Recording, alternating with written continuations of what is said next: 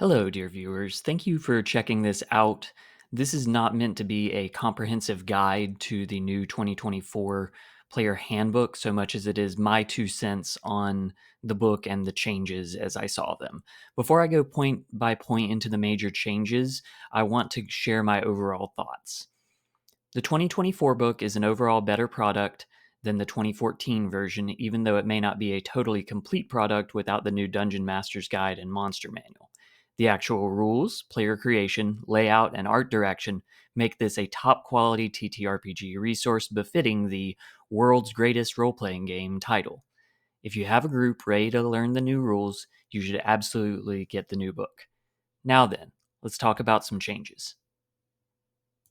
Putting the actual rules of the game at the front of the book, along with all of the combat rules, is a wonderful change. 10 out of 10.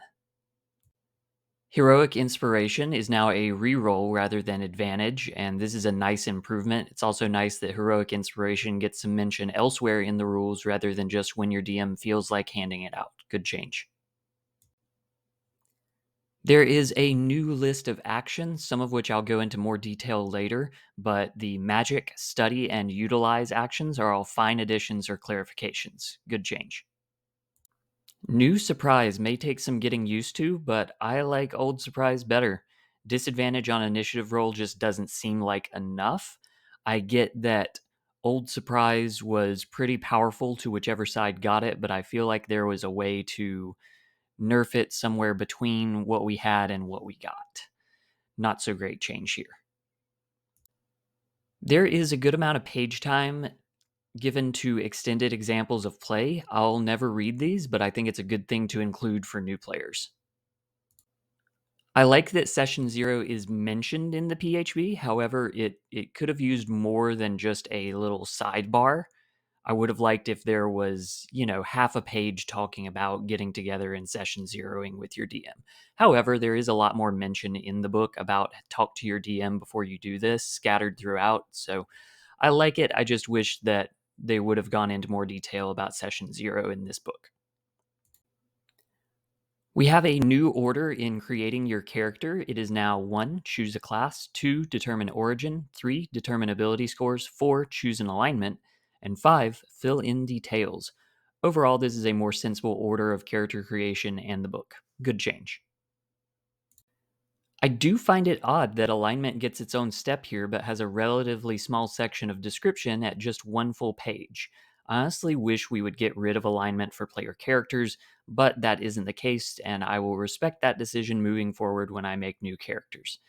So this isn't so much of a bad change as it is a bad holdover. Similarly, we have experience points mentioned, but not anything about milestone experience. Bad holdover to keep this as the default and apparently only option. Tiers of play and starting equipment at higher levels is actually mentioned in the PHB, and that is a good change.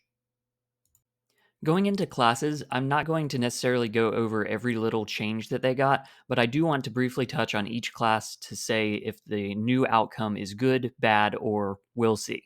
I'll also give the subclass I'm most looking forward to playing or DMing for as a personal preference.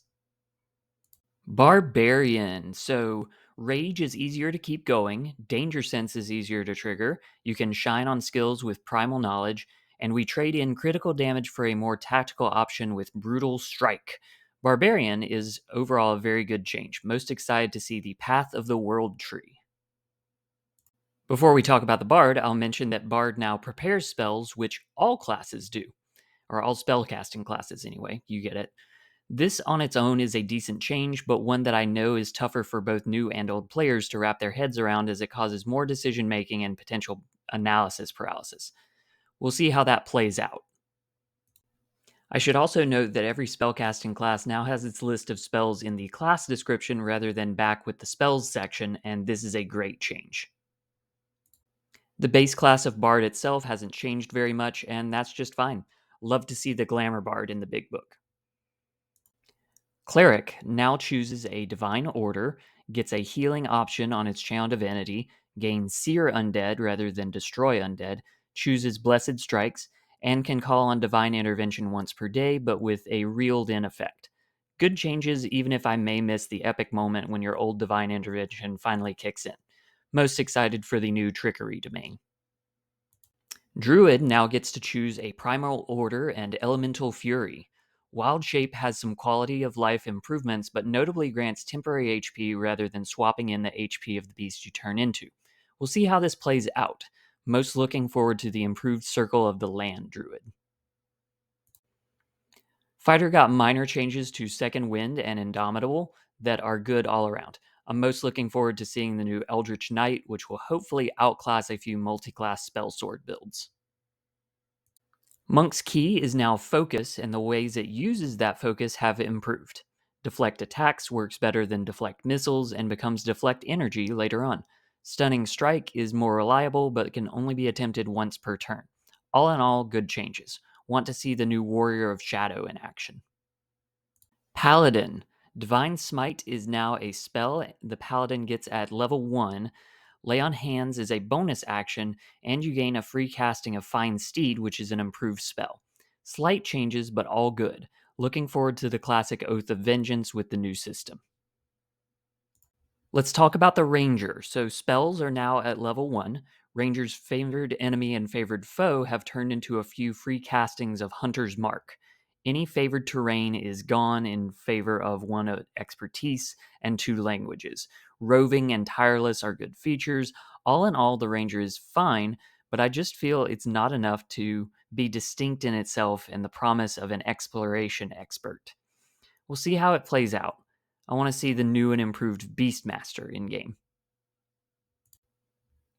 Rogue gets steady aim and new tactical options with Cunning Strike and Devious Strikes. Solid, good changes. Looking forward to seeing a Soul Knife. Sorcerer now gets Innate Sorcery, which is like a magical rage that activates for 1 minute and grants advantage on spell attack rolls and +1 on spell save DCs. Cool change. All else stayed pretty much the same. Sorcerer is the class I saw the least played across all my games, so I'm interested in seeing any at all, but particularly the new and improved Wild Magic Sorcerer. Warlocks start the game with more invocations, can get spell slots back more easily, and can contact their patron officially. Other changes have to do with the invocations themselves, and they seem all around sound. Good changes. Looking forward to seeing a Celestial Warlock in action. Wizards gain an expertise and some ritual casting, and otherwise haven't changed much, which is good. Wizards are solid anyway. Want to see the new Illusionist in play. That's all the classes, and backgrounds are a mixed bag for me. I like the idea of your ability scores coming from background rather than race, but in practice, especially with the kids, I know this will be a more complicated process. I also miss the personality traits, ideals, bonds, and flaws section from the original backgrounds. Finally, I like origin feats, but I just wish there were a few more of them. The custom background is clearly missing, and until we see this feature, I'm withholding my judgment on new origins. Neutral change. The 10 species are all nice. Welcome changes, no notes. Feats are now part of the base game rather than an optional rule that everyone used, so this is a good change. I want to look at just a few feats that I thought were noteworthy. Dual Wielder giving 3 or 4 attacks on the same turn is a nice change. I'm excited to see dual wielding in action. Great Weapon Master gives an extra damage bonus equal to your proficiency rather than the -5 attack and +10 damage. This is a good change even if I'll miss the old one. The Sharpshooter feat should have gotten a similar treatment for an increased damage option, but it did not. Bad change. Fighting styles are now presented as feats, giving more classes, more options. This is a good change. Epic boons are also presented as feats that you now get at way later levels. This is a good change. Something I left out of classes, but now that we're in equipment, let's talk about weapon mastery. A lot of people are excited about this, and I like the concept, but I am worried about what it looks like in practice. I am foreseeing some confusion from new players and longer combat turns. Thankfully, there are only 8 of these to keep track of, so we'll see how they play out. Neutral change. Healing potions are now consumable as a bonus action. I have resisted this change for years, and Baldur's Gate 3 was the nail in the coffin for that resistance. I lost. I will mention that I find it odd that only a healing potion is mentioned as a bonus action, though maybe the DMG will clarify that this is for any potion. I'll go with the crowd here and say good change. One spell with a spell slot per turn is a change that doesn't go far enough. We'll see. There are a lot of spell changes. I just wanted to highlight a couple groups of spells that I noticed. The first one is that Cure Wounds and Healing Word have doubled in the healing dice. I'm not sure who was asking for this and who decided it was needed. I'm going to go ahead and say this is a bad change. Conjuring Creatures now conjures a spiritual weapon like effect that deals damage rather than conjuring actual monsters with stat blocks onto the board.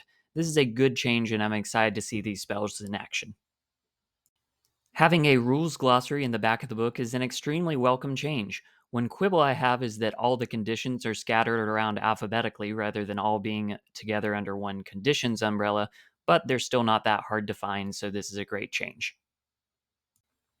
Exhaustion now gives a cumulative -2 on d20 tests per level rather than some other effect like it was before. This is a great change, and I'll look forward to exhausting my players a little more.